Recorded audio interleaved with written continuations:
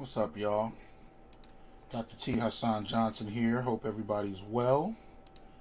Bear with us, having some technical issues today. I've been actually having them for the last couple weeks, but it looks like we're getting it together. So slowly but surely, we're getting on it. So thank you for your patience. Had to make sure we were live here, so I wasn't broadcasting to just myself. Happy New Year to everybody. Hope you guys had a good one, good holiday season, whatever it is you practice. Shout out for that support, very little. Let's see, Clutch, Damon, what's up? Heart donor, appreciate the support. Rashid, thank you. What's up, Drew? Always good to see Inner Light in the house. What's going on? Shop Talk Live. What's the word? Queen Kalila, what's happening? See Sundog, Barry, appreciate that membership. Good to have you. Mark, what's going on, Mark? I sent you that piece. I hope you got it. Check your email if you haven't. Gerard, what's going on? So we just kind of getting started, folks. As you can see, I've been working on quite a few things, so, bear with us. Origins, appreciate that generous support. Thank you. All right. D. Smitty, what's happening? You know what I'm saying? So we getting it together. Slowly but surely, we getting it together. Sage Apprentice, what's happening? In life, insightful discourse. Man, I'm going to try. But there's stuff happening today that just makes no sense. So, What's up, Michael? Hoping I see you in office hours. Hope you good. We are broadcasting on Facebook, on YouTube, and of course on innerlightradio.com, so you can check that out. Judy, what's happening? Yeah, indeed, Kalila. I'm trying to stay sane myself. Barry, what's up? Yeah. So, I'm trying to get it together, people, but,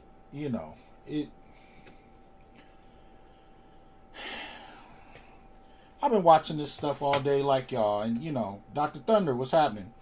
Y'all check out Dr. Thunder's channel. He did an interview with me the other day. Had some tech issues through that. He was extremely patient and yet managed to bring it all together. So it's much appreciated. So check that interview out on Dr. Thunder's channel, and maybe he can go ahead and put it in the comments. What's up, Pastor Danny Johnson? Happy New Year to you. Art, what's going on? Nigel, right? Tarian, what's happening?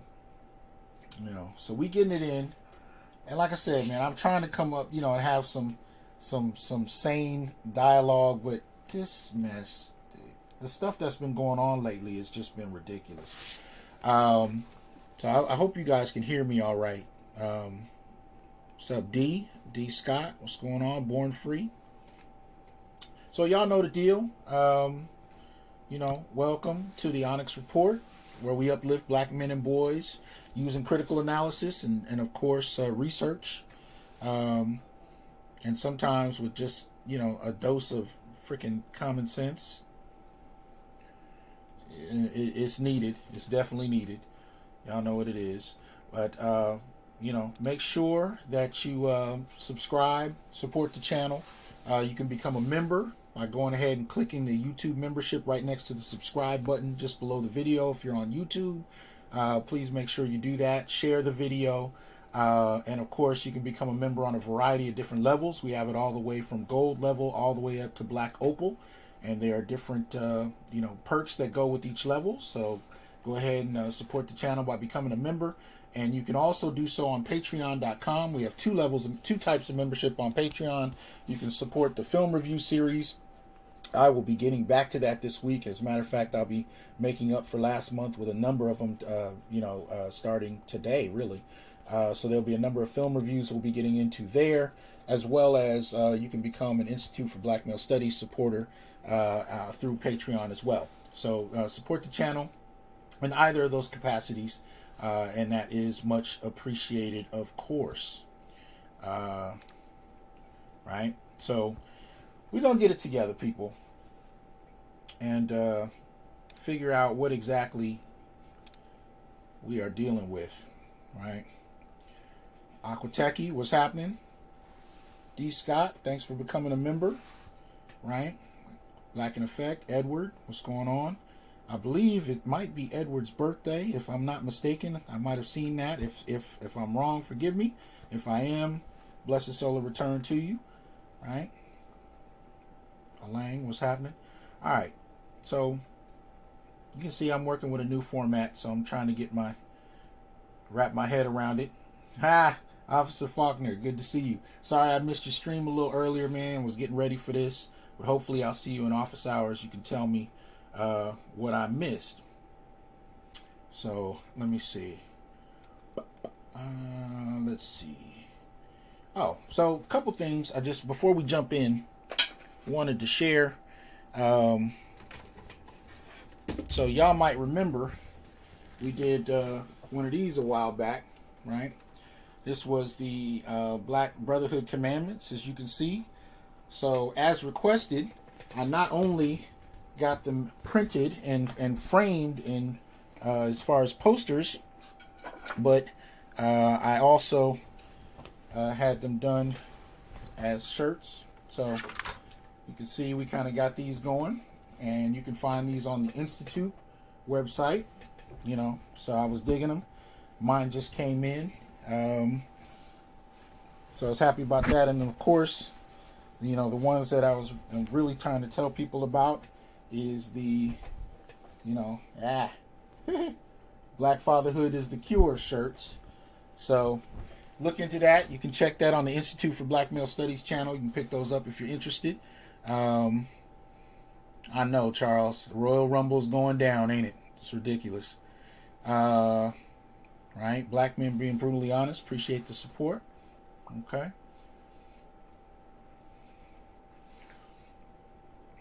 Yeah, we getting it together. All right.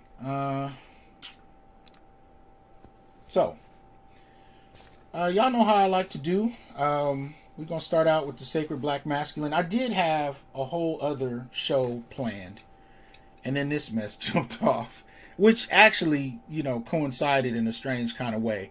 So we'll talk about all of that, and I definitely want to get y'all's feedback on what you're seeing and what's going on.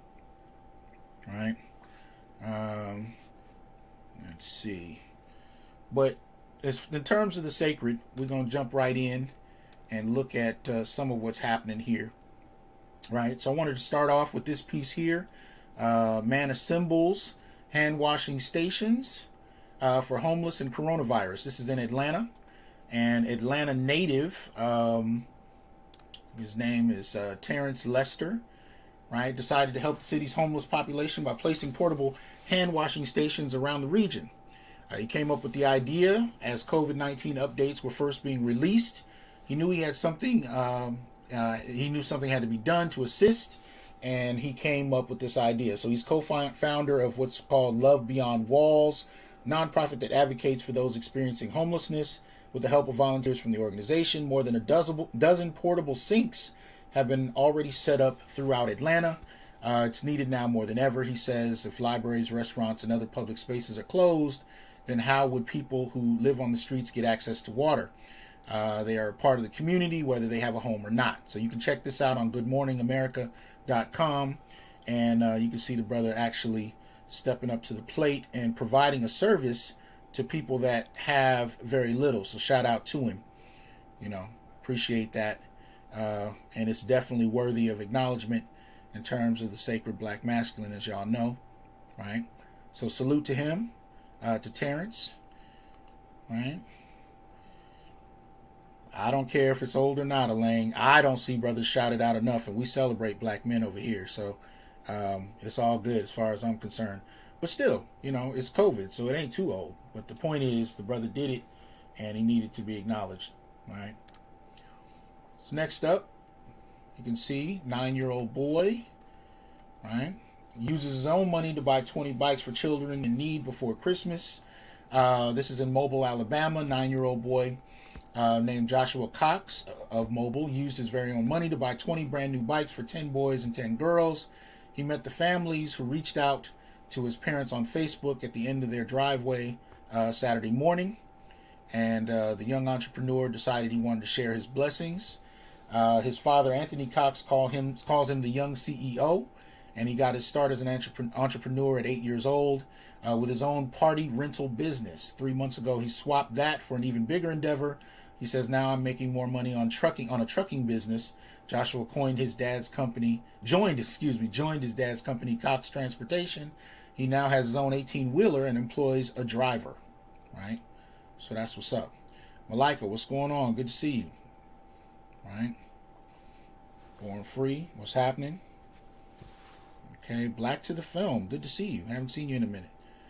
All right, so shout out to him, you know, much appreciated being able to see that. Now today we have a number of particular shout outs that I wanted to go over. What's up, BGS in the house? Good to see you. So some particular shout outs that I thought were necessary and definitely poignant in the moment that we're having right now. All right. Let me see. So first off, I wanted to shout out DominicMag.com. You know, they did a piece on my Institute for Black Male Studies, and I was moved by that. You know, shout out to Dominic Huff.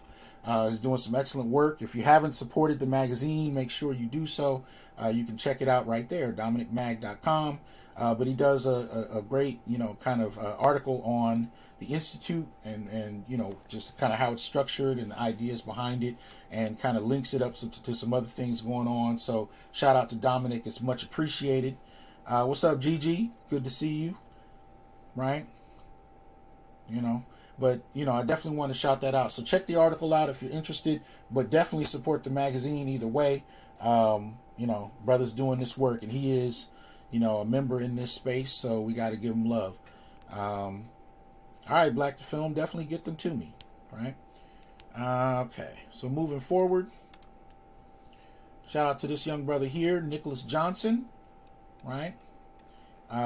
First Black valedictorian in Princeton's 274-year history, right? You can find this, as you can see, on blackenterprise.com.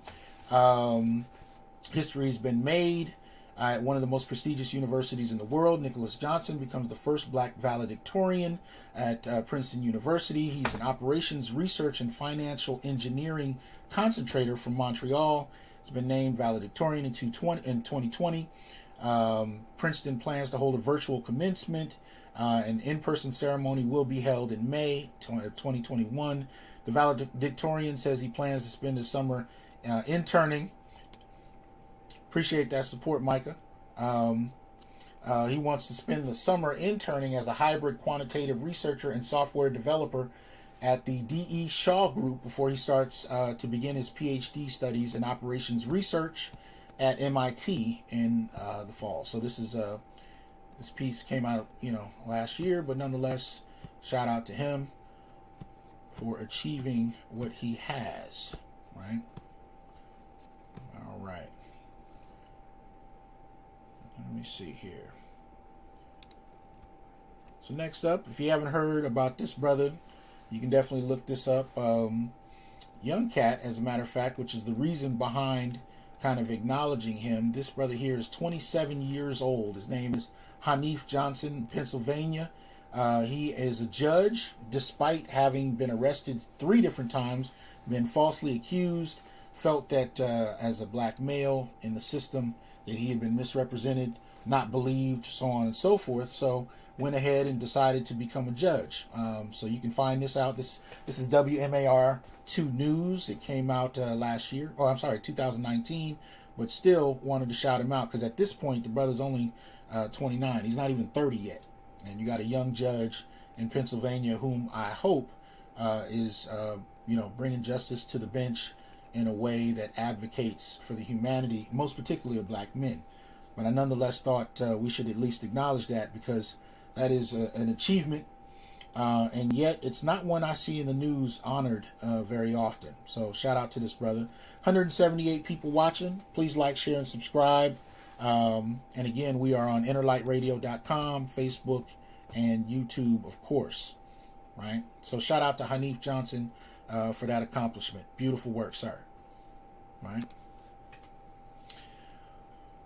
this one, as you can see, George R. Carruthers, scientist who designed telescope that went to the moon, dies at 81 years old. So this brother just recently passed, but I thought it necessary to share a little bit about his life. This is WashingtonPost.com.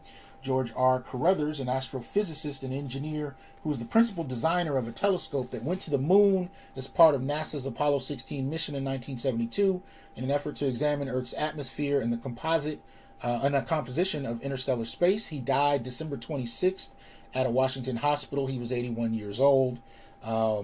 His brother Gerald Carruthers confirmed the death, saying that his brother had dementia and other ailments. Dr. Carruthers, who built his first telescope when he was 10, had a singular focus on space science from an early age and spent virtually his entire career at the Naval Research Laboratory in Washington. He was one of the country's leading African-American astrophysicists and among the few working in the space program, right? So shout out to that brother, right? All right. Now, y'all know, I saw this one, and it definitely caught me. It definitely caught me. I am a Doom fan. I feel like I grew up with Doom. He's only a couple years, or he was only a few years older than me, but apparently MF Doom passed away on Halloween. And I know some of this is old news to some of you. Appreciate that support, D. Smitty. Some of this is old news, but still, I hadn't shouted it out, and some of these things I definitely want on the record. As a Doom fan, I wanted to shout him out and acknowledge him. But he died on Halloween. I've still not yet heard how. I don't know if it's not been released. It wasn't by the time I saw the initial articles, and I looked the other day. I still didn't see anything. So if you guys know any of the reasons why, please make sure you put it in the comment section. Nevertheless, the good brother passed away as far back as Halloween. His lady didn't announce it until really not but a few days ago, for the most part. But it has definitely sent the hip-hop community reeling. So you can find all kinds of dedications to him all over YouTube. You know, rappers signing on to talk about him, doing his stuff, going over his lyrics. The brother was definitely brilliant. Sadly enough, his son passed away, who was 14. And I want to say in 2017. So, you know, you're talking about a whole legacy. I know his brother passed away some years ago, which is one of the things that sent him on his journey to becoming this caricature, MF Doom, this whole different personality. His brother's death and more than likely a number of other things kind of sent him from being Zev Love X, who we might have all kind of heard of. If you weren't really in the underground, you at least heard him through, you know, Third Base. But his transformation into MF Doom as a hip hop artist is just tremendous, and the work he put out after which is brilliant. And I would have said that long before he passed. So these aren't things that I'm just saying because he died. But this nonetheless hit my heart, you know what I mean? Because I've always enjoyed the brother's work, and I don't know what he was going through. I know a lot of artists, you know, have been struggling since they haven't been able to perform. I hope it wasn't tied to anything like that. But like I said, I don't know what exactly happened. I'm waiting to hear. So again, if any of you find out any information, please make sure you share it. But yeah, this one was a sad one to me. Exactly, 88. All caps when you spell the man's name. Real talk. MF Doom, peace to you, sir. My blessings to your family. I hope you know, they're able to thrive best they can despite your leaving. Right? But there's been a lot of this, and I know, you know, we've all kind of been tied in to different degrees about, you know, which artists are experiencing what. I reported in my last show a couple weeks ago about the loss of, you know, one of the core members of Houdini. But the hip-hop world is experiencing this on a number of levels, you know. Many of you remember Adolfo Shabba-Doo Quinones. I grew up watching him in Breaking. You know, not going to get into, you know, what the film and the films, plural, and whatnot. But as far as like West Coast hip-hop, particularly when I was 10, that was a big deal. And it felt good to be able to see some remnant of California and hip-hop on the screen. Some of these things don't survive the test of time as well as others. But shout out to him nonetheless, because I always appreciated his energy, if nothing else. Shabba-Do, pioneer hip hop dancer, locker, you know what I mean, lock dancer long before many of us, were really familiar with what hip hop was. You had the lockers here in California that were doing their own thing, and it ended up kind of merging with hip hop a little bit later. But he nonetheless said not long before he passed, because he died at home Tuesday. I want to say this was last week. In his home. He was 65 years old. And that's hard for me to believe, because in my head, he always stayed the age you're seeing him right here on the screen. And for him to be 65, even that's hard to believe. But if you go to I think it's his Twitter account, you can see a picture of him in bed.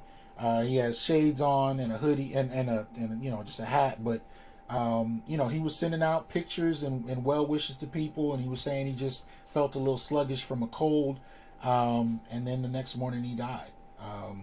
So again, I'm still waiting to hear some of the causes behind it, because they said he tested for COVID, but he tested negative. So I don't know what may have also happened. But we've been talking about this since last year, the vulnerability of black men, and black men who are middle-aged seem to be the ones that that were dying first and foremost from this, from COVID. But there have been a number of deaths in the last few weeks that have just been unexplained in terms of the official cause. So it's kind of hard to really keep going on to. Malika, yes, rest in peace. Shabba-Do, legend and icon, absolutely. For those who don't know, he was one of the most influential dancers of the hip-hop era, one of the innovators of the robotic dance style known as locking, founding member of the original Lockers street dancing group, and one of the Soul Train gang dancers on the landmark R&B music series Soul Train. Turns out he was from Chicago, Cabrini Green housing project, used to dance on Soul Train, and when Soul Train moved to Los Angeles in 1970, he and his family followed suit, came along with it, and he built his career from there. And then, of course, getting into the film Breaking, where most of us, saw him after Soul Train. Those of us who were kind of in appreciation of his work. So shout out to him.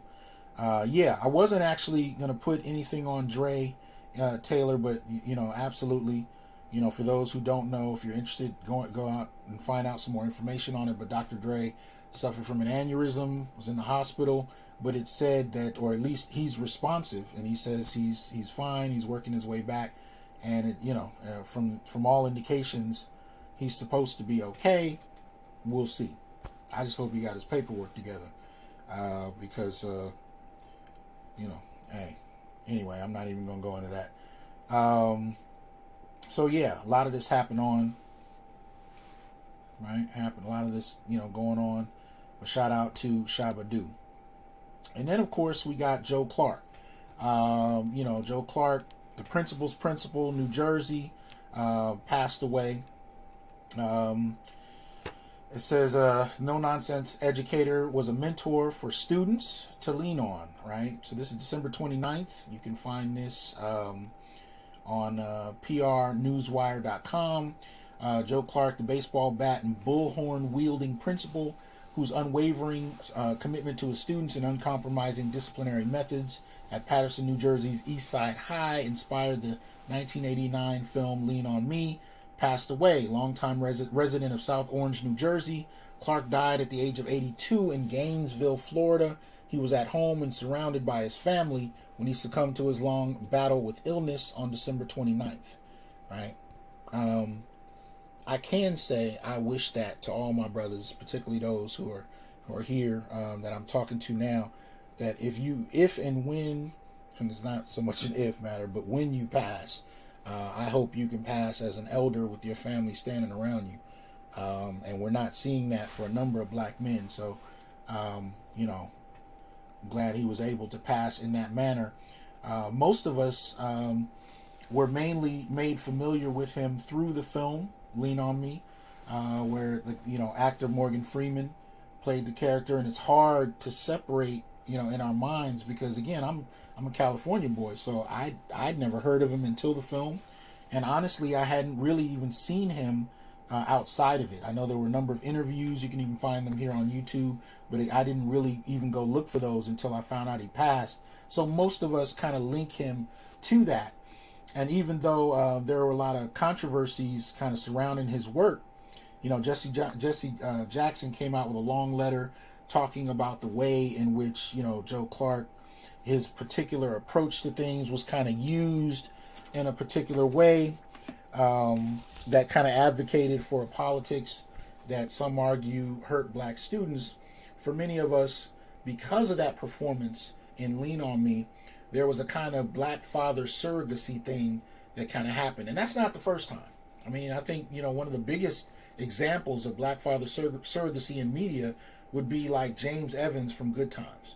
You know what I mean? Or Lawrence Fishburne from Boys in the Hood. There were particular representations of strong father black men that ended up being kind of taken in. And I talked about this in my interview with Dr. Thunder, where, my generation of men, most particularly, we were the first generation to really endure widespread single parent rearing. Many of us didn't see our fathers very often for a good period of time, and some never at all. And so we piecemealed much of our masculinity from relationships with our boys, from men we may have seen even at a distance, and from popular media. So a hodgepodge of different things. So whether you're talking about everything from watching Good Times to Scarface and the Godfather movies. I mean, it's really a trip. Episodes of the Cosby Show, Richard Pryor Show. I mean, I remember how much that was a part of how I fashioned my sense of what it meant to be a man. Now I have a very strong, brilliant father, and when I got older, I got to have a better relationship with him, and much of my masculinity I began to really pull from him. But at a young age, when I didn't get to see him much, I did what we all did. We pulled from pop culture, and we pulled from our immediate environment, and really tried to patchwork a masculinity that felt right. And you can hear this in the music. You can hear it in hip hop, the ways in which we kind of discussed influences. And different artists had different tracks. Like Snoop Dogg, for example, took a lot from the 70s era blaxploitation films. So we had a lot of that we were piecemealing together. And yes, Morgan Freeman's portrayal of Joe Clark was a factor in that. Just watching that film, there was a certain kind of fatherly element to that I think really struck a nerve for young black America at that time. So if you've never seen the film, definitely one I would just suggest you watch. But you can go check out some of the speeches that Clark gave, some of the discussions, the panels he was on. You can see some of that on YouTube. And, if nothing else, tip your hat to the brother for that. So like I said, controversial figure in many circles, but when reimagined through popular media, definitely took a whole different bent on how we felt about him, right? And what he meant to us, even if we'd never heard of him until that film, right? So those of you who may have gone to school with him may have a different take. I have no idea, but I think the majority of us kind of caught him through other means, right? Absolutely, Black to Film. Good Times definitely comes out of Cooley High, but I think even the difference in accessibility, right? You could watch Cooley High, but for many of us, especially at that time in the 70s and the 80s, if you missed Cooley High, it wasn't a whole lot of ways to go back and see it, but you could watch Good Times every week. You know what I mean? So those kind of things translated in a particular way. So anyway, shout out to Joe Clark.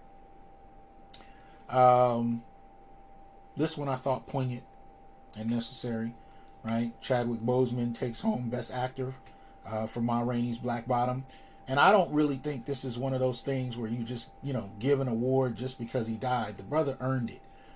Y'all, saw my show where we had BGS and Green Gorilla and Artisan MC, and we talked about Ma Rainey's Black Bottom, and Chadwick's performance was epic. The brother did extremely well, And that's just not saying nice things about the deceased. That's on strength. You know, he definitely did his job, and it's well earned. So they're saying 4 months after his tragic passing, he picked up the posthumous award for his final film. And he, of course, had passed in August from colon cancer, but won Best Actor at the LA Film Critics Association Awards not long ago. So shout out to Mr. Bozeman. Excellent work, sir. Rest in power. Right. So, doing shout outs, there were just a number of key ones that came in that I just had to, because there's so much going on right now and so many key people going down that a word, I think, needs to be said, if nothing else, and an honor to, particularly some of these brothers who were going down, doing what they could to try and help others, and most particularly, in my opinion, leaving a legacy of representation for black boys, providing options. So a number of the people I mentioned, I think, played a role in that on one level or another. Right. Now this is somebody most of y'all don't know. This is Mr. Gary Willis. Mr. Gary Willis was a student at Fresno State, an elder, a master student, and a master teacher. And I had the honor of having him take a couple of my classes.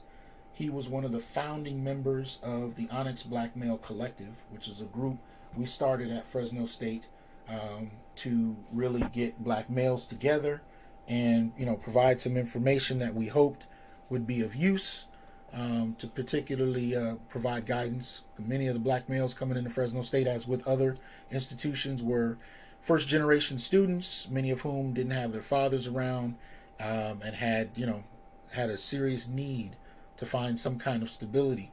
And so Mr. Willis was one of those integral figures that was an elder, and not just somebody who accumulated years. He accumulated wisdom and passed it on freely. And so I can't say enough about this gentleman. I just found out last night. His wife emailed me and told me that he had succumbed to prostate cancer just a few days ago. And I can't say enough about the brother. I mean, he made it possible for us to bring, Reverend Jeremiah Wright, to Fresno State. He was a close friend of Reverend Wright. But more than that, he was a mentor to many of us, and he mastered even mentoring professors as a student. So I have nothing but love and respect for this brother, and it hurt my heart to know he passed and that we couldn't extend a word before him doing so. So we could at least let him know we appreciated all he did, and most particularly we appreciated his willingness to step forward and guide young black men in a space that was fairly hostile to black males in some respects, and if nothing else, ignored them. Because again, I keep telling y'all, in the Cal State system, which is the largest system in the country, by their first year, 70% of black males drop out. So men like Mr. Willis become extremely important when it comes to humanizing black males. So shout out to him for that. MLR, appreciate that support. I wish I could say more. I was a little frozen at hearing about this. I really didn't see it coming. I hadn't heard that he was ill, and I'm kicking myself about not just giving him a call and checking on him. So if nothing else, a word to y'all out there. If you got, elders, friends, family members out there you ain't reached out to in a minute, check on them. You know what I mean? Check on them. Say hello. Extend the word. Because I can tell you how much I regret not doing so. And for what? I mean, half the shit that I was doing, I was too busy to call him about. I don't even remember what it was. So, shout out to you, Mr. Willis. Much appreciation to you, sir. Yeah. All right. So, man, I'm sorry. It just, that I'm thinking about him, and it's hard for me to. Anyway, so we're going to get started in our current events, but before we do so, little shout out, a little commercial really for a project that our very own Green Gorilla is kind of leading, and so make sure you support the documentary that has been long overdue. Appreciate that support, Malika. I told you to do Biden. Now we done lost a damn vote. We done lost a vote. That's gonna go to Trump. God damn. I mean, when you mention black people, you mentioning black women. So don't count yourself out. No, that's not true.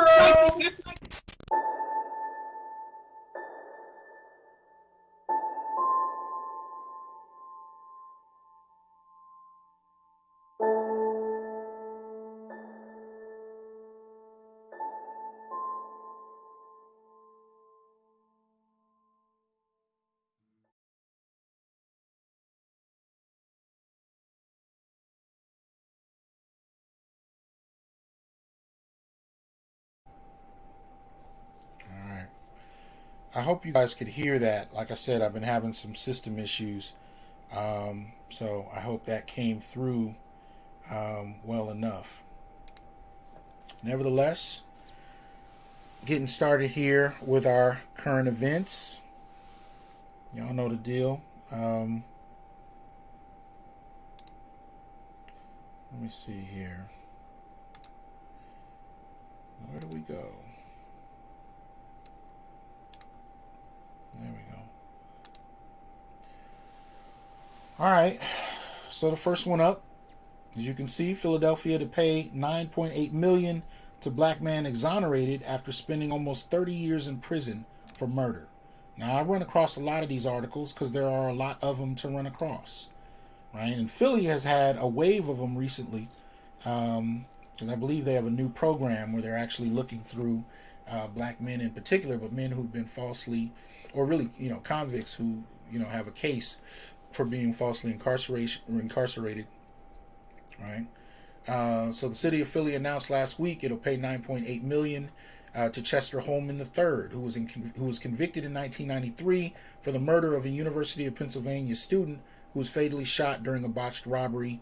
Holman, then 21, had no criminal record and had a job as an armored car driver when he was pulled over in 1991 and charged with killing a university student named Tai Jung Ho. Holman served 28 years in prison for second-degree murder and robbery based on the statements of two people who both later recanted their stories. This is absolutely ridiculous. Yes, thank you, BGS. There is an Indiegogo link in the comments on YouTube to support the film, the documentary, The White People of Black People.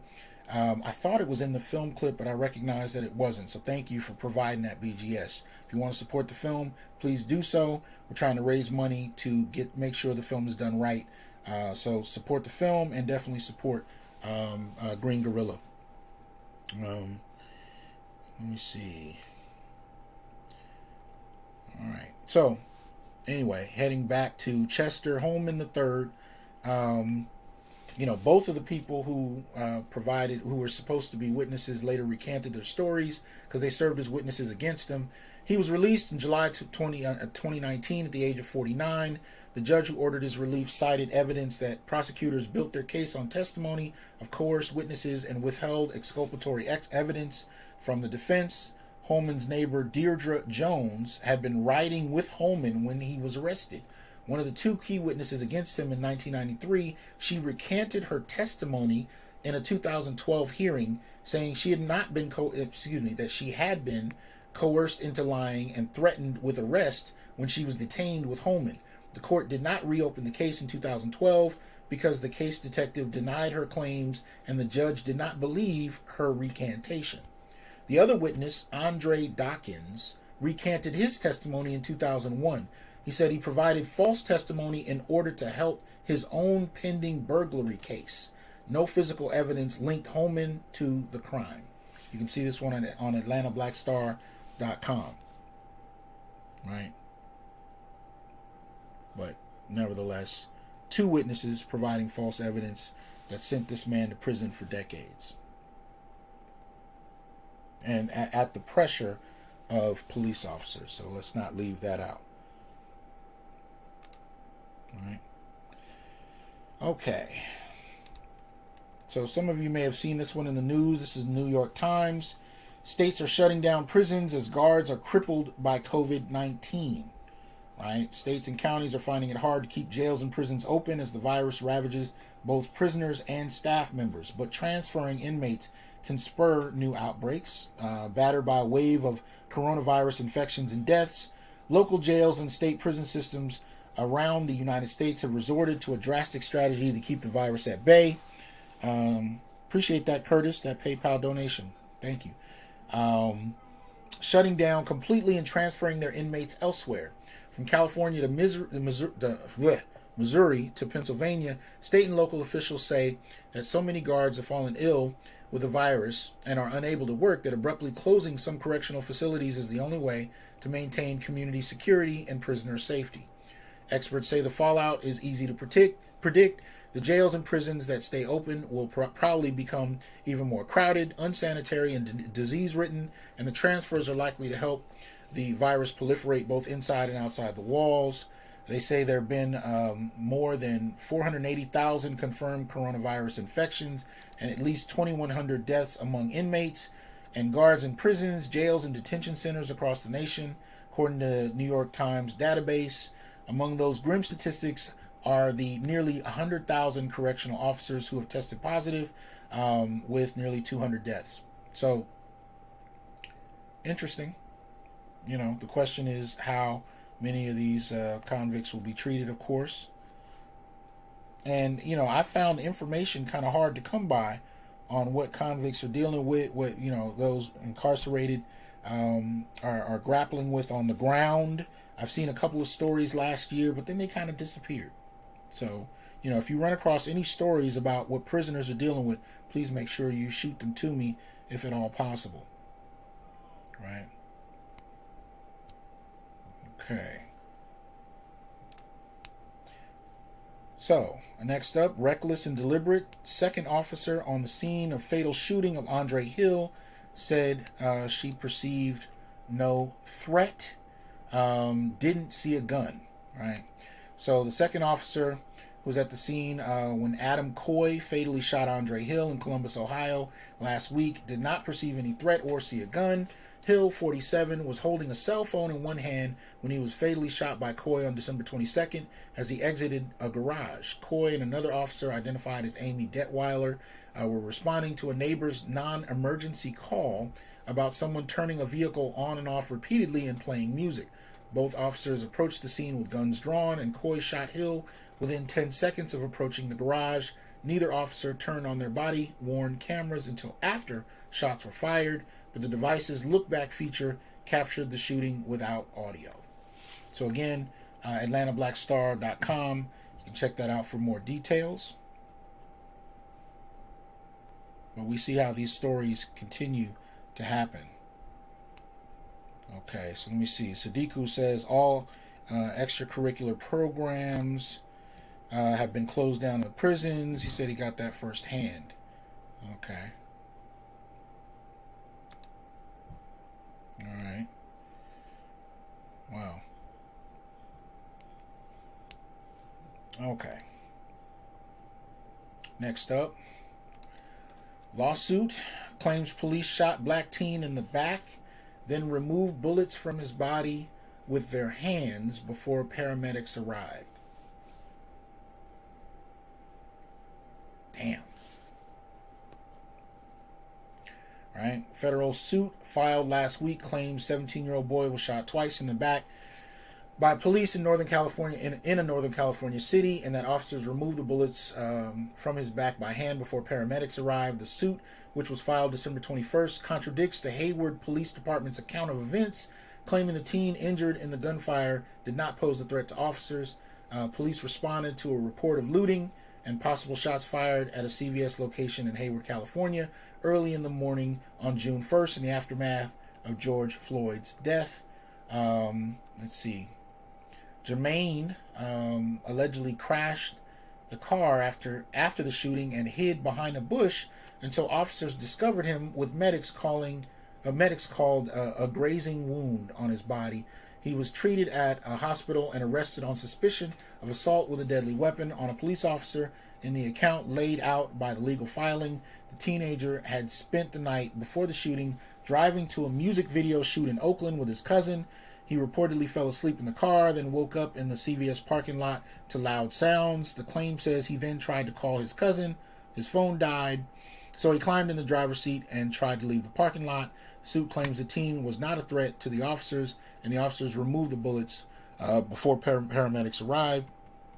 The teen's attorney, Adante Pointer, said Jermaine didn't hear commands to stop the vehicle and hid after the crash because he was afraid. The officers took the bullets out, hauled him to juvenile hall.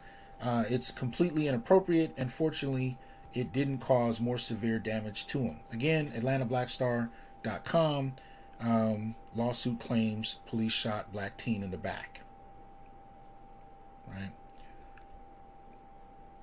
Exactly, Inner Light. They removed the bullets with their hands. That I had not come across a story like that. That's one of the first things that definitely caught my attention. Right?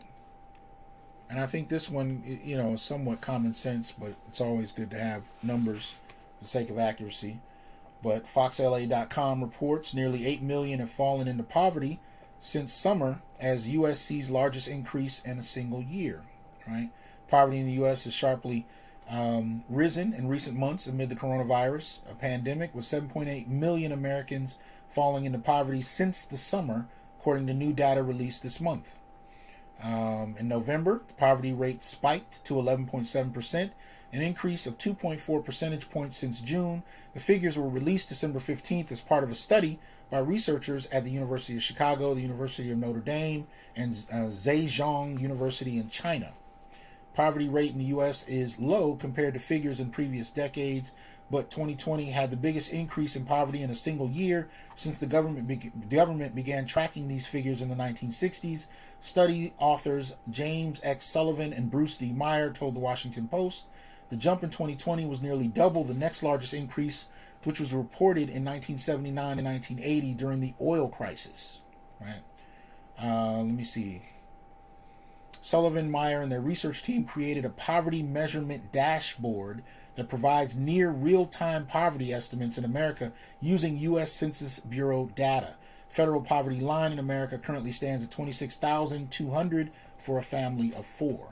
In March, Congress passed $1.8 trillion CARES Act, credited with keeping the economy from falling off a cliff during widespread lockdowns. In the spring, the relief package provided one-time stimulus payments to many Americans, added a boost to weekly unemployment benefits, among other relief measures. As a result of the legislation, researchers found that poverty in the country actually decreased in the first months of the pandemic, reported at 10.9% in January, 9.4% in April, and May and June. But the number of Americans who fall below poverty lines increased in the second half of the year as Congress debated the terms of a second relief bill.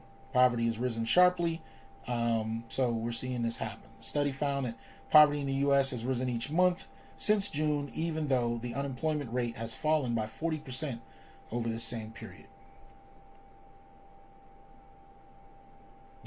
So again, kind of common sense, but again, it's useful to have numbers so we know the extent to which these things may be happening, and we can at least articulate our points with clarity. Right? Next up, no federal charges for officers in 2014 fatal shooting of Tamir Rice, Department of Justice says. This is NBCnews.com. Video from the shooting of the 12-year-old in Cleveland was too poor for prosecutors to conclusively establish what happened, according to the Justice Department. Right? They said Tuesday that it would not bring federal criminal charges against two Cleveland police officers in the 2014 killing of 12-year-old Rice, saying video shooting was too poor a quality for prosecutors to conclusively establish what happened. In closing the case, the department brought to an end a long-running investigation into a high-profile shooting that helped galvanize the black protest movement. They're calling it solely Black Lives Matter, but it was far bigger than just one organization. Anyway, that became part of the national dialogue about police use of force against minorities, including children. The decision, revealed in a lengthy statement, does not condone the officer's actions, but rather says the cumulative evidence was not enough to support a federal criminal civil rights prosecution. Tamir was playing with a pellet gun outside a recreation center in Cleveland, November 22nd, 2014, when he was shot and killed by Officer Timothy Lohman, who was white. Seconds after Lohman and his partner, Officer Frank Garmbach, arrived at the scene. Officers were called to the recreation center after a man drinking beer and waiting for a bus had called 911 to report that a guy, right, was pointing a gun at people. The caller told 911 dispatcher that it was probably a juvenile and the gun might be fake, though that information was never relayed to the officers, or so they say. And yet we know that there's plenty of data to suggest that black boys as young as the age of 5 are perceived to be older than they are and tend to be perceived as a threat more often than other groups. And there's no doubt to me that Tamir was definitely one who suffered from these particular types of biases. Nevertheless, those officers will not have any federal charges. Yeah. So, that's what we're looking at.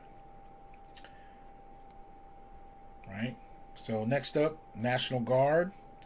Using force on prisoners after little training. Right? Ohio Guard members patrolling inside prisons trained for a fraction of the 5 weeks required of correction officers. Ohio National Guard members covering shifts for COVID-positive guards in state prisons are receiving just a single day of formal training before interacting with prisoners, a fraction of the training for regular correction officers. Some are using force even with so little training. State officials defended the guard members' training as meant to supplement their military preparation, which includes skills like de-escalating conflict. But David J. Carey, I think that's how you pronounce his name, senior staff attorney at the ACLU of Ohio, appreciate that support, BMO, thank you. Let me see. Said it was disturbing that people were being placed into that kind of sensitive role with a great deal of power without being properly trained. Likewise, 2 guard members who spoke with the Marshall Project said they're feeling unprepared for the job. We basically didn't have any training, they say. It kind of goes from there. Guard members' concerns come as several states have used the National Guard to respond to COVID-19 outbreaks in prisons. Mostly states have limited those deployments to monitoring prisoners' health, delivering medicine and not food, or patrolling outside prisons. Ohio, however, announced earlier this month that its National Guard would guard prisoners directly to address a shortage of correction officers. So more than 700 Ohio correction employees are positive for the virus, and part or more than 3,400 have been tested positive since the start of the pandemic. So we're going to see what type of treatment this tends to yield in regard to prisoners and how they are perceived overall, right? So hopefully we'll get more information on this so we can keep up with this with some degree of clarity and detail. So again, if you have any information on these kind of stories, definitely let me know. And we can kind of go from there. Where do we go here? Okay. This was an interesting story I posted on my Facebook page. And it was basically a story of Brittany Krishan Williams, who is, if I'm not mistaken, filing suit. She's a 30-year-old black film producer and musician who released body cam video from her May arrest this month. Appreciate that, D-Rock. Appreciate the support. So this is a woman who, found a police officer in her driveway in his car. I think he was like surveilling another situation. So she confronted him. This is in Jacksonville, Florida. She was arrested after kind of confronting him by local deputies who claimed that she was wrong. She claimed she was wrongfully charged with battering 2 officers and resisting arrest. And they actually, you can see in the picture, broke her front teeth when they slammed her to the ground. But the story was kind of strange. So basically, the officers, or at least there was one in his squad car in her driveway. She went out to ask him what he was doing there. A little bit of an argument kind of developed. And apparently, at a certain point, she threw a spoon at him at her admission and walked into the house. He called for backup. They came in, kicked the door in, and took her down and arrested her. Her husband apparently videotaped the event, but it was strange to me because I didn't have anything to say about her. Standing up for her property. I'm in agreement with that. There's no problem with that whatsoever. But what I found interesting was this moment where, as innocuous as it is to throw a spoon at a police officer, it was still mind-blowing to me because it made me think about the kind of things that majority of black men I know wouldn't even contemplate.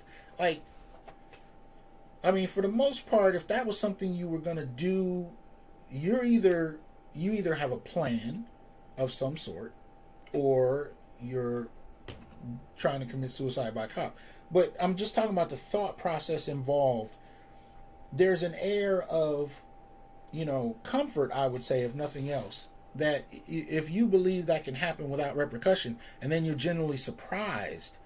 To me, it speaks to the difference in life quality, life quality for black men and women. Because I don't know too many black men that would throw a spoon at a police officer and be surprised about what happens afterwards. So it was an interesting kind of moment. But it's nonetheless an interesting story for you to look into.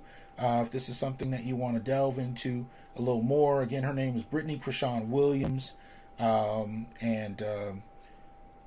saying that her attorneys believe the video proves brutality, and based on losing her or having her two front teeth broken like that, I think they have a case.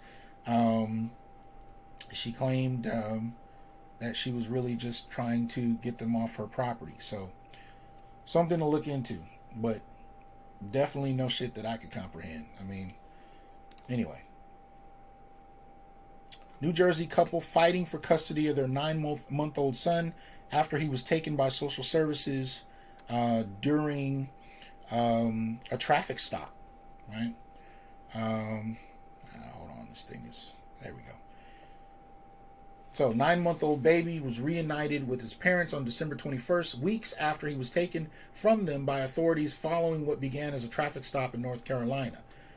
Raymond Sykes and Kayla Boulware, was a New Jersey couple, were on their way to visit a family member in Florida with their son Truth when they were pulled over for a traffic stop in Troy, North Carolina.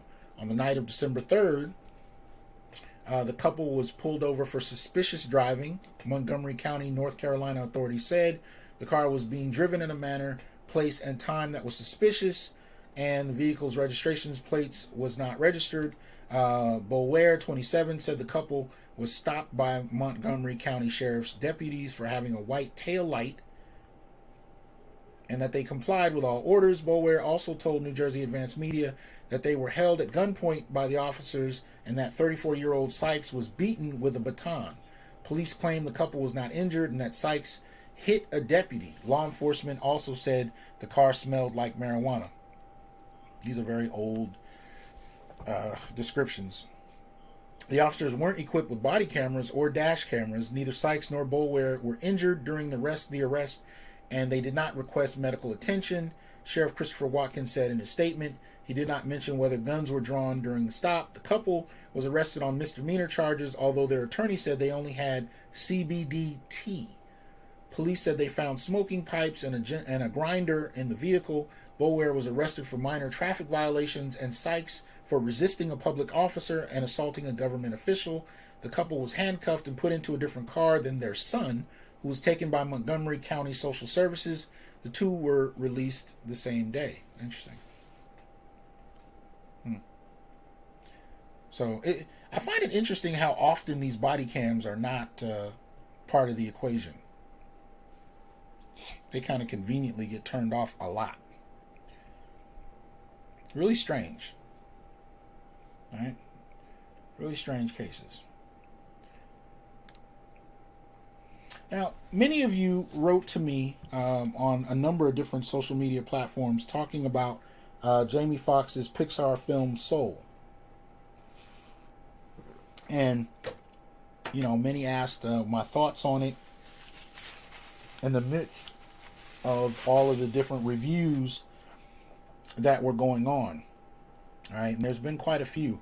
I've watched it several times. Of course, the first time with my son, and then subsequently afterwards in reflection on a number of different critiques. And there have been a lot of them.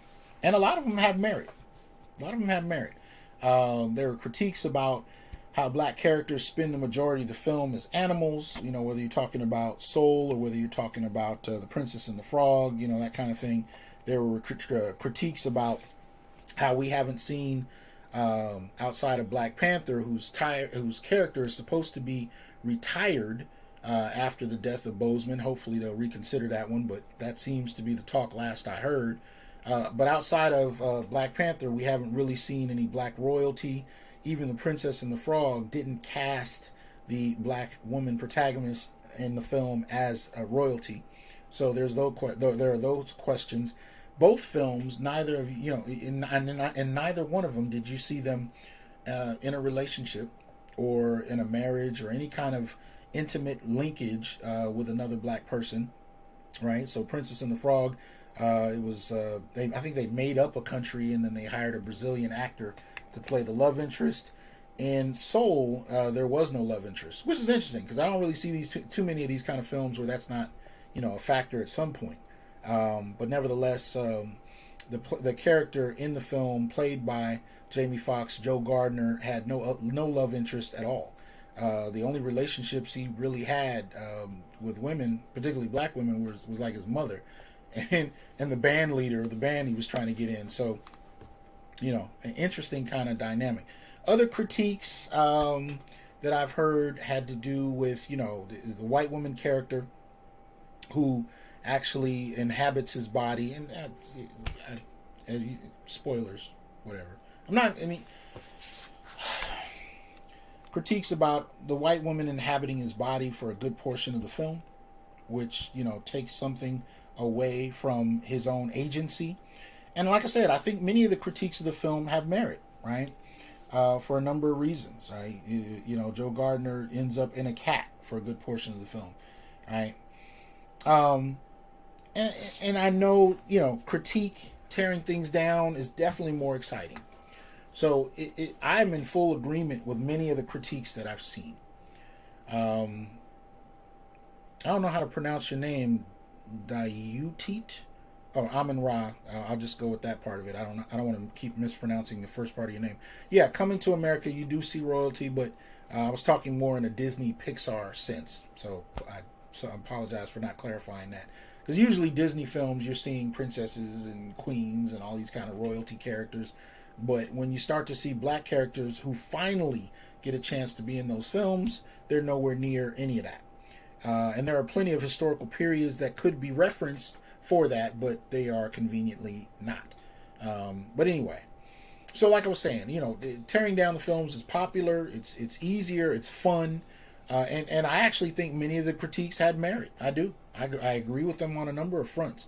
But there were other elements that I didn't really hear talked about as much. Some people acknowledged the animation, the barbershop scene. And so there was a little bit of talk about that. But for me, I actually had a colleague at my university who, teaches on graphic arts, computer design, and this was a number of years ago. She was telling me how Pixar actually couldn't figure out how to do black hair in terms of the animation, which I didn't understand because I'm like, well, if you guys can do, you can literally see individual strands of hair in their characters, especially when she was doing a lecture on The Incredibles, and I'm noticing as a former artist myself, how exact many of the designs were, and yet when it came to black people, they had difficulty with it. And she talked about, how long it took for them to be able to get black hair. So the animation in this film, as far as representing, black folk, looked very good. Actually looked very good. I actually haven't heard anybody say anything negative about the animation. The animation was ridiculously good. And the elements of African American culture I like. So here's the thing. The film itself, for me, is one thing. But I honor the particular folk who had a lot to do with making sure the elements of African American culture were represented. And if you watch the details, or not the details, what do they call it, like the extras, right? If you see the film on Disney Plus and you go to the extras, they made a lot of like making of videos, and you can see some of the various African American folk they brought forward to really lend and establish a kind of central humanity, black humanity, to not just Joe Gardner the character, but even to the area of Queens that he lives in. But the particular thing that I was drawn to was the jazz and the artists that they brought into play and the music they played, and and how it struck me, in terms of how precise it was. So there were a couple of things that stood out for me, that I just wanted to call some attention to. Right, I loved seeing an adult black male demonstrate mastery at something in a film. Because again, I'm sitting with my son. We can count on one hand how many of these films that he's seen since childhood that showed him anything reminiscent of him. Now, do I think these films are somehow going to create his humanity? Or no, I'm not tripping on that. That's my job, to work with him on developing that. However, it does make it easier when we can sit down and enjoy something media-based that affirms humanity, black male humanity at that, in some way, shape, or form. And so in that respect, I liked certain elements of it. I liked the demonstration of mastery, even very early on in the film, when you see the character playing piano and playing it brilliantly. I mean, there were several moments when he would play, and everybody in the room would pause in awe of what he was doing. I loved seeing those kind of elements. The music itself, like I said, was brilliantly done. One of the things I noticed when the white woman character was inhabiting his body, she, of course, and they played it for humor, but she was very whimsical and joyous. She was this, kind of spirit being that had never actually lived before, and so she was experiencing life through his body.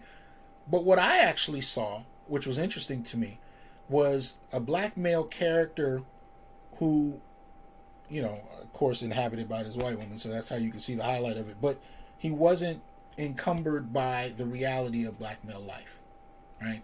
He's skipping down the street, he's, expressing, laughing, people are staring at him, and appropriately so. But when I saw it, I was looking at it like, wow, it kind of made me think of how I carry myself in public spaces. Basically, the way I carry myself, even while on a cane, right? I carry myself like a fighter's going to jump off at any minute. I carry myself like if I hear a gunshot, I immediately am assessing where to go to find cover. And I'm not military trained, I'm not police trained, but my thought process is always, when I step into a room, where do I go if some shit jumps off? What do I do with my son? Who am I with? What degree of protection do I owe somebody I'm with? If it's somebody I just walked in the door with, okay, none, not necessarily. But if it's my son, am I prepared for that? My thought process is always around navigating life-death situations. There's never a time when I leave my house where I'm not contemplating, am I coming back? What do I need to put into place if I don't? You know what I mean? So watching these moments where, even though it's not him in his body, but this dispirited, white represented being, it really highlighted for me the degree to which my humanity is fraught with staying aware of what can happen to me at every damn moment. And that was one of the things that it highlighted to me. And even though they didn't play the character Joe Gardner as serious as many of the brothers I know, the way he carried himself suggested to me that he wasn't oblivious to that reality either. But nonetheless, that was interesting to me. Let me see.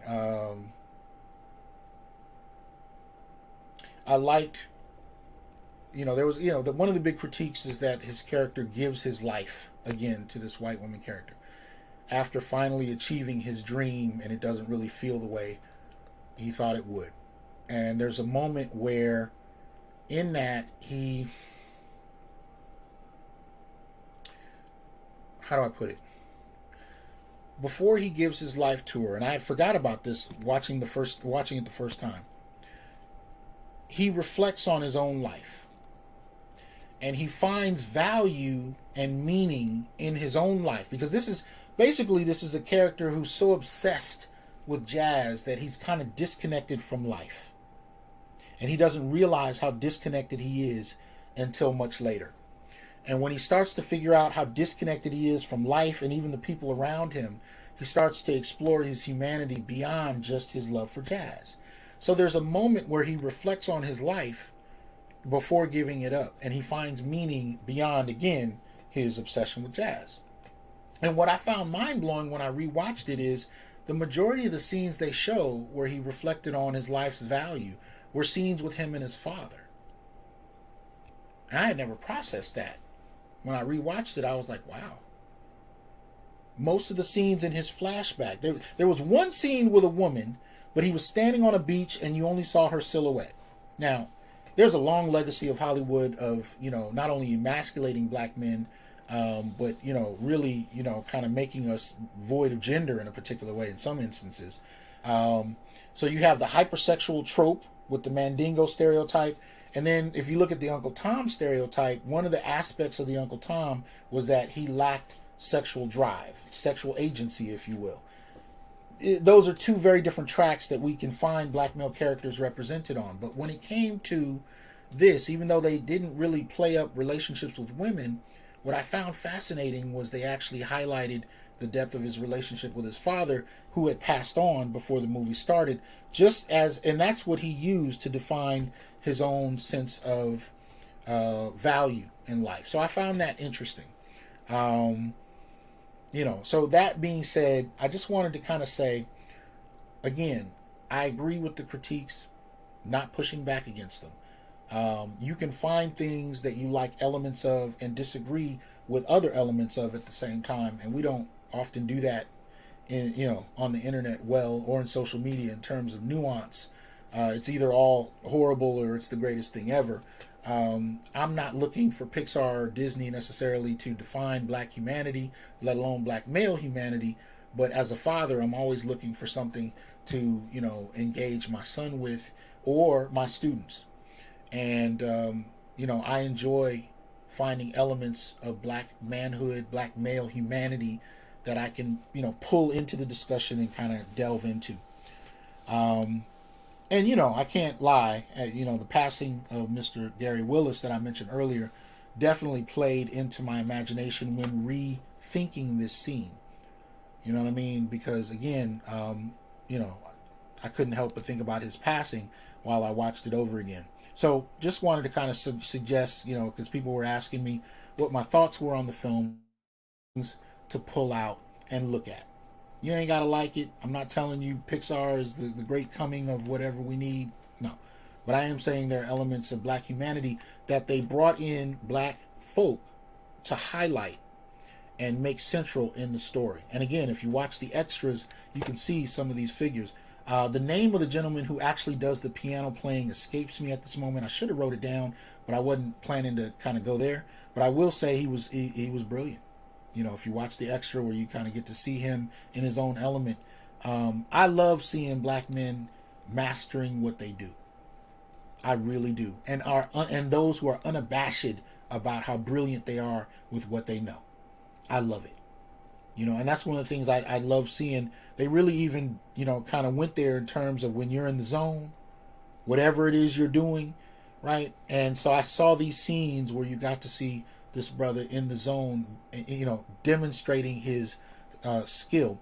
And even to the point where his domineering mother and somewhat domineering band leader, it was interesting. Their portrayals of black women were definitely informed by folks they interviewed because they were a little too real. But with those two characters, though, they both stood in awe, right? And that's not something I see in popular media every day. So anyway, just to kind of give that something, give you something to consider. If you've already seen it, think about it. If you've not seen it yet, maybe it doesn't hurt to watch, but you might find some elements that you might find interesting. All right. Yeah. Black Brazilian woman rescued after spending 38 years in slave labor for a university professor's family. Yeah. This is also found on AtlantaBlackStar.com. Came out December 27th, 2020. And so they're talking about a black Brazilian maid who spent nearly 40 years in servitude to a white family. The woman, now 46, was just 8 years old when her destitute mother handed her over to Dalton Caesar Milagres Reguera. I've jacked up that name, I'm more than sure. But he was a professor at Patos de Minas University, otherwise known as UNIPAM. Reguera's mother raised the young child, and she spent 38 years working for the family without pay or time off. She was relegated to a life of cleaning and even forced into marriage. Brazilian news site Fantástico broke the news on December 20th and identified the woman as Madalena Gordiano. Right? According to the reports, she is a black woman. During her captivity, Gordiano was granted limited freedoms and remained under constant watch by the family. Authorities moved Gordiano into a shelter, and she's being treated by psychologists and social workers. She allegedly was forced to marry an elderly relative of the family so they could continue to collect his pension payments after he died. Fantástico reports that about 55,000 people have been rescued from slavery in Brazil over the past 25 years. In 2019, 14 people were freed from domestic slave labor, a harder thing to detect because many of the victims don't even realize they're living in servitude. The professor and family members are now being investigated for criminal offenses tied to subjecting Gordiano to what many news reports described as slave-like conditions. If convicted, Reguera and company would face up to 20 years in prison for slavery, for holding this woman, and more than likely others, in damn near 40 years of servitude.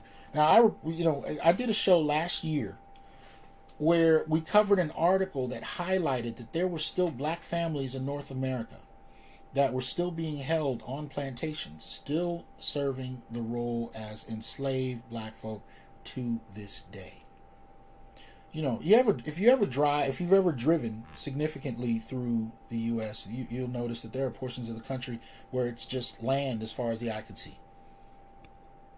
And you have people who are raised in environments where they are disconnected from media, they're disconnected from urban life, they're out in the middle of the cut, and many of them are born into conditions that haven't changed in the last few centuries.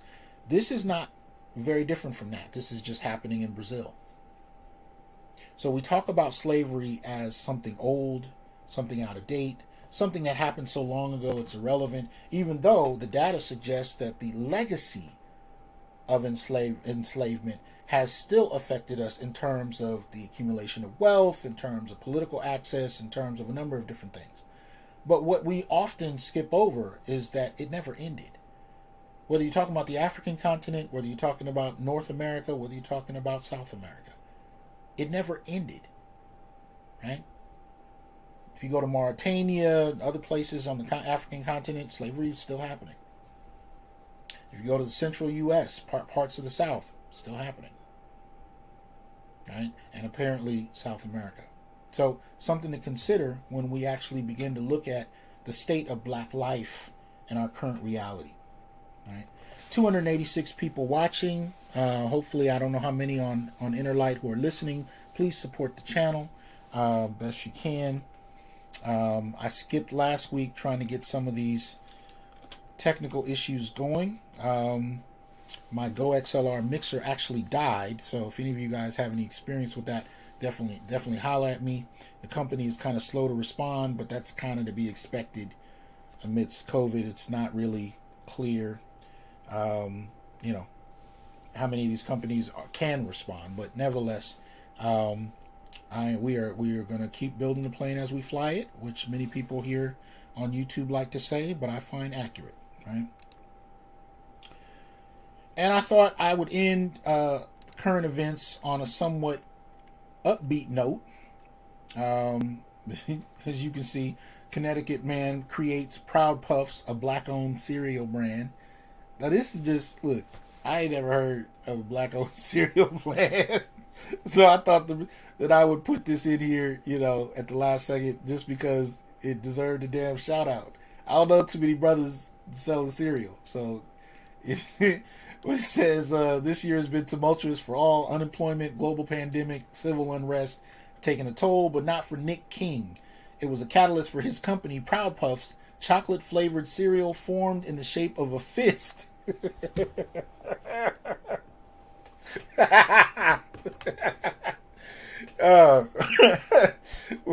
One early morning following the protests in Minneapolis this past spring, King searched for a black-owned cereal company and found none. At 3 a.m., his idea was formed with a bit of divine inspiration. He says, I'm a man of faith, so I said, God, this is your idea. I have nothing to do with it. Before I leave this kitchen, I'm going to drink my orange juice while you give me a product name. The Connecticut father used social media to crowdfund the production of the cereal. Right now, he's starting small, hoping to make his way into major grocery chains eventually. Interesting how these distribution chains end up being a block to black business on so many levels. Anyway, he says, the character on my box are my sisters, nieces, nephews, and my son. I'm all about generational wealth, so having my family on the cover was important to me, even though the designers cringed at 10 characters on one box. The whole box has meaning, from the characters to a 2-parent black household to the positive affirmations on the back of the box, as well as the facts on the side about iconic black legends that helped shape our future. So, shout out to Nick King. I ain't mad at you, player. Proud Puffs. Support the brother. Check it out if you can. I'm not mad. I'm not mad. If you can find it, definitely support it. Hey.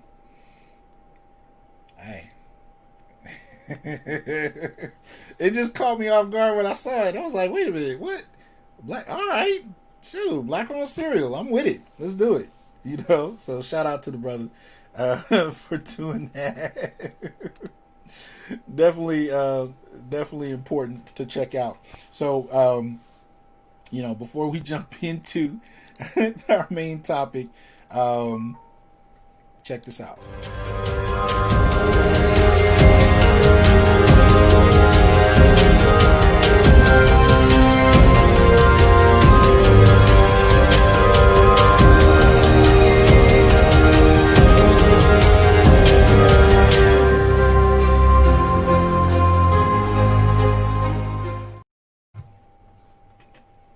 No, hold on. Yeah, that was weird. All right. So support the Institute for Black Male Studies. You can find the link right there if you haven't been there.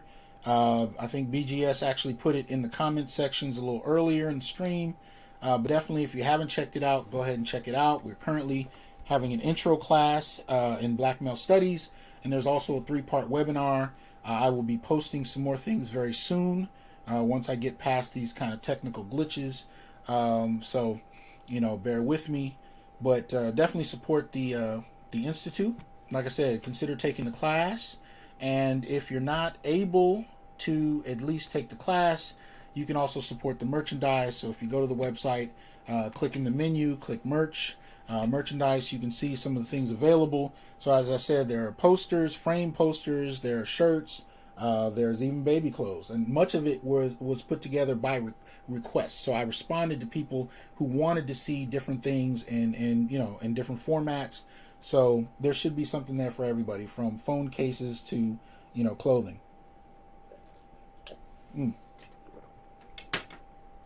So please make sure that you support, if you would, the Institute itself. Right? And we come to our main topic, right, where basically we're looking at, now you can see this is what it was initially going to be about, the show, when feral womanhood attacks. And then I caught the, I caught the news.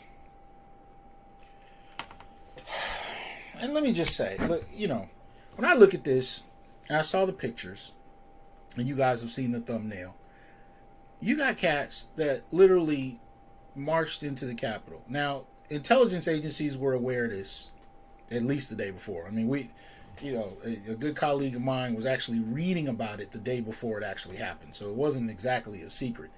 But you got pictures of them kind of approaching the Capitol and going in. Congress, being evacuated. They're hiding under desks. I'm seeing pictures on people are taking, selfies, carrying off podiums.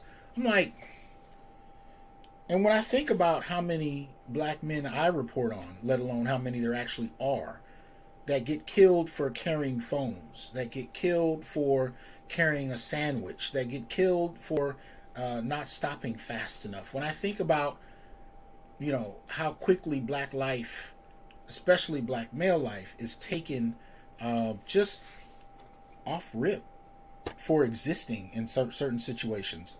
And then I watch this, right? And I get to see these people with arms, right? Walking into the Capitol. To the point where they have to evacuate.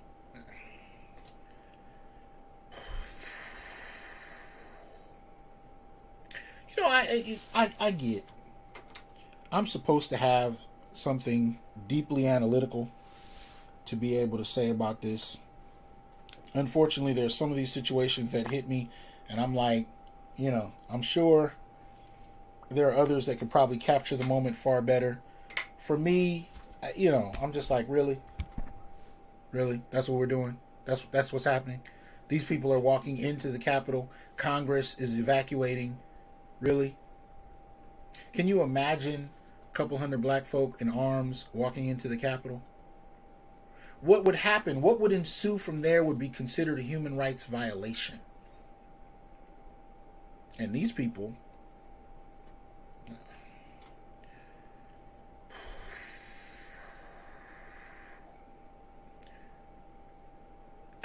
right. I mean, this is where we are. And I mean, if they would have taken a machine gun to most of us, it's ridiculous. I mean, they're still... Anyway. The stupidity of it is what gets me, though. And that's why I retitled the show, When Pharaoh's Stupidity Attacks. Because what I was really going to deal with today, in particular, was more about...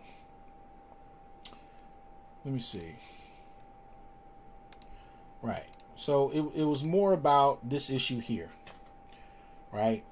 Many of us have heard about the Soho, white woman that attacked this young black teenager and accused him of stealing her phone. A phone that was turned in to the hotel they were at a little bit after by her Uber driver, I believe.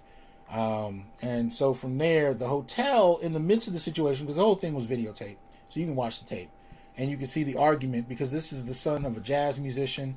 So he and his son were together when this white woman jumped on his son and accused the son of stealing her phone. And the hotel was asking him to hand over the phone so they could verify whose it was. The father was protesting that the hotel actually take her seriously enough to demand that the son exonerate himself by showing evidence that it isn't her phone. And he felt, of course, that, why should he? He didn't, So they had this altercation where she attacked him. A number of people on my Facebook page took to arguing about how the father should have punched her, hit her, done something to her, and how he had failed by not doing so. Look, I love my brothers. I want y'all to survive the encounter. So hitting a white woman and beating her down, no. I think that just would have went, a whole different way. Taking all of them to court, most particularly the hotel, yeah, I'm with that. But nevertheless, this teen is, seeking therapy, and I have no doubt, I think my boy Kyle pointed this out, that this is also, headed, as part of the evidence of how much damage was done. Even the therapy will become an element of the case, of the suit, and I don't blame them. I don't blame the family whatsoever. But I was going to talk more about this because we really don't deal well with female aggression. We don't deal with female evil. We don't deal well with holding women accountable or even treating women, the same in terms of the eyes of the law for committing the same crimes men do. Still, despite that, this whole new situation jumped off today. And I just thought the linkage between them was both whiteness in one vein and stupidity in another. But an entitled stupidity on both fronts. Entitled. And I think that's the element that, for me, captures how I see both of these situations.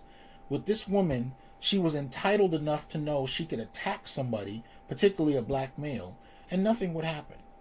And she didn't think nothing would happen because when there are repercussions, you pause. When I talked earlier about the black woman who threw a spoon at the cops, part of the reason she could do so is she didn't expect any repercussion.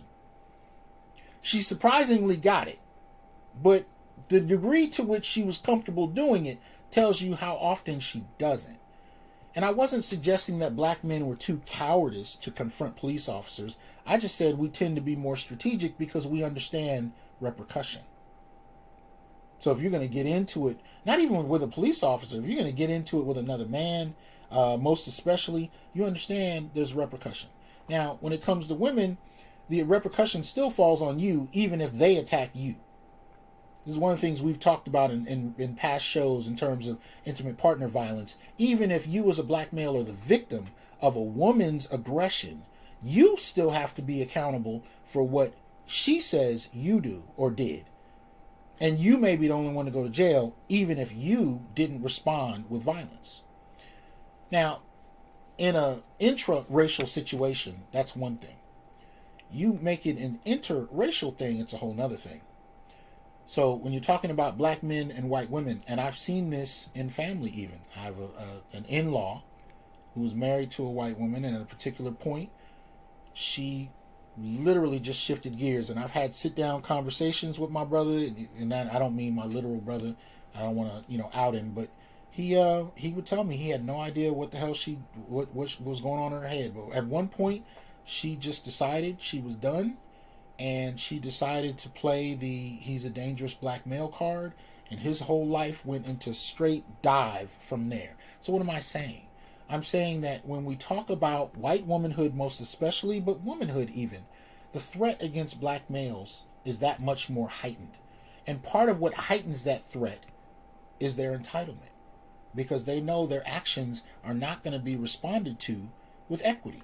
They're not going to be treated like men, let alone like black men, in terms of the eyes of the law. And that emboldens many of them, especially over generations, to act out in different ways. Because again, there's no repercussions. But that's not wholly undifferent from these people that are, invading the Capitol, if you will. These are not groups of people that are used to accountability, and they're not used to repercussion because they've not known any. Right? So when I remember black folk dealing with arms at a Capitol, I think of California, and I think of the Black Panther Party. And the Black Panther Party made it a point to follow by letter of law how to carry arms and in what ways you could. It wasn't arbitrary. They didn't just pick up guns and walk around and threaten people. They followed the letter of the law at its time. Right? And yet, I still hear lectures about how that was received and how California law changed in relation to that day when Black Panthers headed up to California's capital, carrying arms. So when I look at this and I see these people not making it to the Capitol with little resistance, forcing Congress to leave and carrying around podiums and shit, I'm like, what? It's not necessarily surprising as much as it is a confirmation of what we already know, but it's still jarring to see how easily this can happen with very little repercussion. Now, I'm going to go back to it. Obviously, I'm talking to y'all, so I'm not able to see what's happening at the moment. But unless somebody took a machine gun to the whole crowd, I'm pretty much still sure that they're getting a different quality of treatment, right? Because I'm, you know, at least in terms of the images I saw, man, it was mind blowing. And that's why I was talking about, you know, the black woman that had thrown a spoon at the cops, because I wasn't condemning her for her disagreement with what the police were doing. Nah. And I wasn't justifying what happened to her. I was simply acknowledging how shocked and mind blown I was as a black man at the thought of throwing something at a cop and completely not considering that there might be a response to that. Like, never would cross my mind. This is how that struck me as well. This is how the what's going on at the nation's capital struck me. It's not so much a matter of surprise. It's more a matter of how the audacity and the entitlement can create a situation where you have folk that they're not worried about repercussion. They're not worried that something's going to necessarily happen. I don't even know if it's really crossed their mind. And so it kind of blows me away to think about. Nevertheless, much of it was not just limited to, you know, this case with this Soho white woman who attacked this young black teenager. It was also tied to a video I listened to. Now, y'all know how it is when you're on, you know, we've all been in this lockdown, right? And, you know, internet, particularly YouTube use has gone through the roof, right? I went down a particular rabbit hole the other day where, you know how it is, you end up listening to stuff that you probably never would in any other context. Now, I'm not saying that about this. I didn't know too much about the Suzanne Venker show or her work in and of itself, but I wouldn't be averse to listening to it. I just never had. And I just watched a bunch of strange videos that were covering all kinds of weird stuff, and I ran across this in my recommendeds. And I watched a number of them, but this one stood out to me. So as you can see, former Cosmopolitan writer regrets the lies she helped sell to women. So this is the Suzanne Venker show, and she's interviewing a woman named Sue Ellen Browder, who worked for Cosmo for decades as a journalist.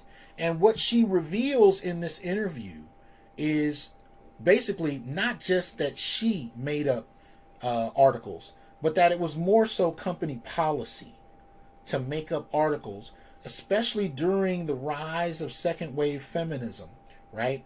And they used Cosmo to sell this idea of sexual liberation to women, most particularly white women, of course, right? And they told very particular stories about how happy women were having multiple suitors and sexual interests and so on and so forth.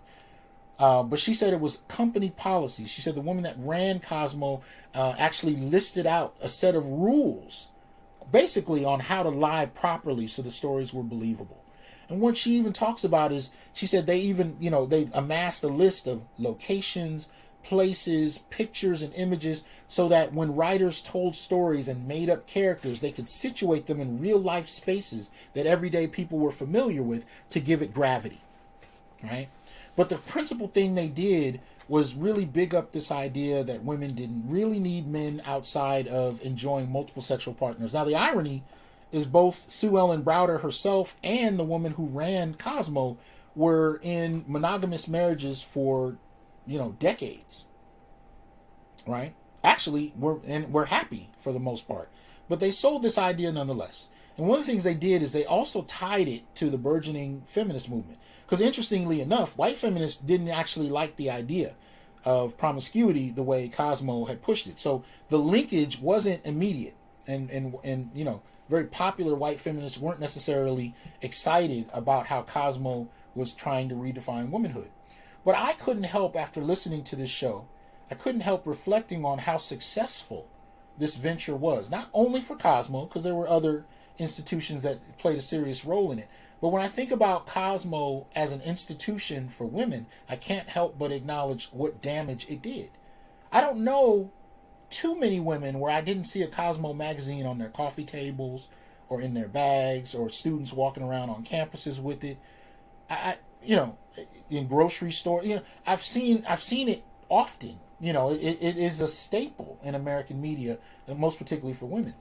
But Susan Ellen Browder writes this book basically talking about decades of fabrication in a push to redefine womanhood on a set of completely alternate standards of living that were supposed to redefine womanhood in this kind of unrealistic and detached manner, right? That suggested that, of course, in order for women to truly be happy, they didn't need family, right? They didn't need relationships. They just needed a career and plenty of sex. And we've seen in the last 5 years or so people coming forward talking about how that life didn't work for them. Even the writer of Sex and the City, who the HBO show was supposed to actually, was supposed to take off her life, based off her life, she talks about the mistakes she made and how much she regretted not prioritizing family and relationships more seriously when she was younger. She was at, in other words, a different place in her sexual marketplace value, right? So when I look at magazines like Cosmo, this preempts Sex and the City by decades. This is the foundation by which shows, articles, films, movies base themselves much later, right? And it made me think about the savagery of how these kinds of narratives perceive men, right? And entitled white women, for that matter. So again, by the time I get to the Soho woman that attacks this young black boy, I began to think about this legacy of entitled white womanhood that casts men, but most particularly black men, as objects to be violated in a number of ways at one's whim, right? Because again, there's no sense of repercussions, and this young black boy suffers because of it. But it got me thinking about violence and the different types of violence that exist and are bolstered by this level of entitlement. And this boy and his experience with that entitlement. Especially at a time period where people are starting to talk about, and that's the boy's father, right? The jazz musician, Keon Harold. So you can look into him if you'd like. But it's at a time period where people are arguing about the merits or failures of feminism, right? And of course, Cosmo highlights that very much because we can see the impact of lack of marriage, even statistically, in terms of families and black family stability, for that matter, right? But let me see. Let me look at some of these comments here. Okay. Yeah. And Gigi actually lays out some relevant points here. We have to challenge these false narratives. Absolutely. Right? And the degree to which we don't challenge it, emboldens them. All right, Mr. Heat says, I thought, so they're finally admitting they were lying. I never thought I'd see the day, you and me both. Black Guru Strikes provides some relevant information. Helen Gurley Brown was the longtime editor of Cosmo. Thank you, because I forgot her name. Because again, I was in the rabbit hole on YouTube listening to that. I wasn't taking notes. I wasn't planning on using it for anything. But I was just kind of tripped out when I saw it about that. Okay, let me see here. Yeah. GC, the boy is, I think he's 14. Right? But nevertheless, so this article here talks about, whether or not feminism has failed women, and it places this in the context of what they're talking about in regard to a she session, right? Talking about how women are suffering uniquely in this pandemic economy, a lot of which having to do with a number of factors, but especially childcare. So it's kind of the reverse of what we saw in family courts over the last few decades, where women were considered, and this is something Gigi talked about in one of his recent shows. He shared a very powerful story that he experienced of, family courts determining that the mother must be the better parent simply because she exists. Right. So go back and listen to his one of his last shows. I appreciate that support, Diaspora. One of his last shows where he talks about this. But when you look at the family court and the impact it's had in privileging women. And then you look at the impact of the pandemic, removing the child care industry. It's an interesting thing to see how that very, set of practices over the last few decades has helped serve to incapacitate many women in terms of navigating this economy, because many of them can't work, especially if they have jobs where they actually do have to leave the home, because childcare has been, fairly eradicated. Now you have women that are addressing this in all kinds of different ways, which is just human, but it nonetheless is impacting them. Now I've said this since early last year. I do believe that the recession, or really the economy, is adversely impacting women. But when you talk about black men, it's not because black men are privileged. It's actually because black men have already dealt with the brunt of it. So in other words, one of the things we've been saying the last couple of years is that in over 35 major cities, black males were up to 40 and 50% unemployed before the pandemic. So when the pandemic hit and half of black America lost its employment in March, what half are we talking about? It's not to say that there haven't been employed black men. I'm not arguing that. But the numbers of unemployed black men were so egregious already that when the pandemic hit, it's not surprising to me that it would actually hit a whole new demographic. But not because black men have been absolved of this recession or the impact of this economy, but because they've already been hyper subject to it before it even hit. Nobody's talking about the levels of homelessness that black men are experiencing. Nobody's talking about the degree to which this eviction apocalypse was going to impact black men, or has already impacted black men long before the term eviction apocalypse even came about. How many black men were homeless, especially those getting out of prison, and have been such for the last number of years? We have watched homelessness increase in the last decade in major cities across the country. You look to LA and you see the kind of homeless, tent cities out there. You saw a lot of black men. And for us to be 5 or 6% of the major population and to have that many in the home, we determined, again, before the COVID environment, the pandemic economy, we already came to grips with the fact that half of America's homeless were black. But nobody wanted to talk about who the majority of that was. Many of them were black men. Because even if you just took the prison system, this plays a significant role in black male homelessness. Even if you get housing vouchers, it is on record that places will not receive black men who are getting out of prison, even with vouchers. I reported on an article over a year ago about black men who were literally holding vouchers on the street, had nowhere to go. So yeah, I do think this recession is hitting women at, particularly hard, but not because it's absolved black men, but because it's already hit black men. And the numbers are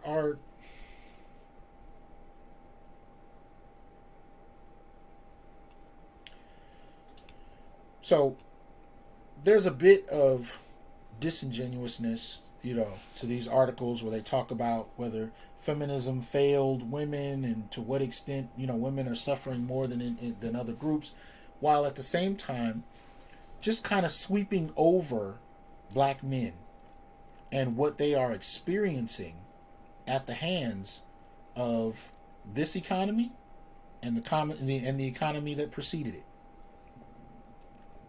It's not new for us. It's not new for us. This has been going on for quite a while now. And yet, despite articles like this, or articles like this one, this is an article called Rainbow Rant Inside the She Session, where they make the argument in response to the last piece, which, by the way, was an article posted in the New York Times, Feminism Has Failed Women. The response article is coming out of ColumbusAlive.com, and it's basically arguing that it wasn't feminism that failed women, but racial capitalism and white feminists who ignore it, right? So it's basically kind of a black woman's take on the degree to which, articles about feminism's failure really just kind of sweep black women's experiences under the rug, while they all sweep black men's experiences under the rug. It's interesting. But, even in situations where we don't get to see how black men are treated. I'm going to see if I can put this on the screen. Because when you look at this, you can clearly see what black men are not doing. Right? You can see what we're not doing. We're not doing this because we understand what comes of this. And it's not about fear per se, it's about a strategy. If that's something that needs to be done, then it's planned. But you don't see black men doing this because they know what the repercussions are. Right? This is the reality. And these people are entitled because they know more than likely that they're going to make it home. We have no such guarantees. Even when we talk about protest, right? Even when we talk about protest, one of the things that I've seen over the years, and I've talked about this, right? I've met people that protest and plan to go to jail. White folk and black women.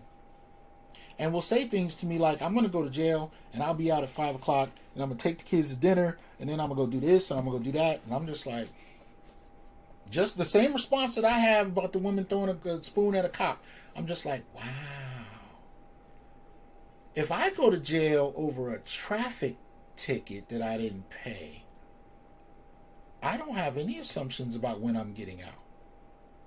I've read stories about men that go in for arbitrary reasons, and if they don't get killed, which is something that happens, may spend up to a month in prison.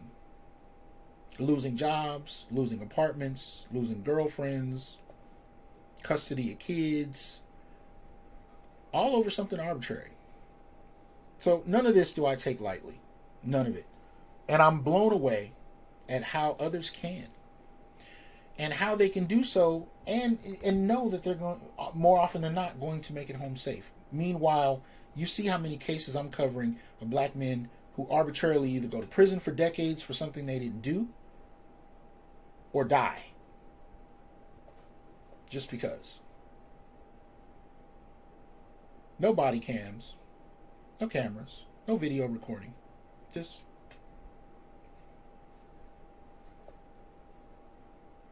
he was a threat. But you can walk up into the Capitol looking like idiots and know you're going to go home.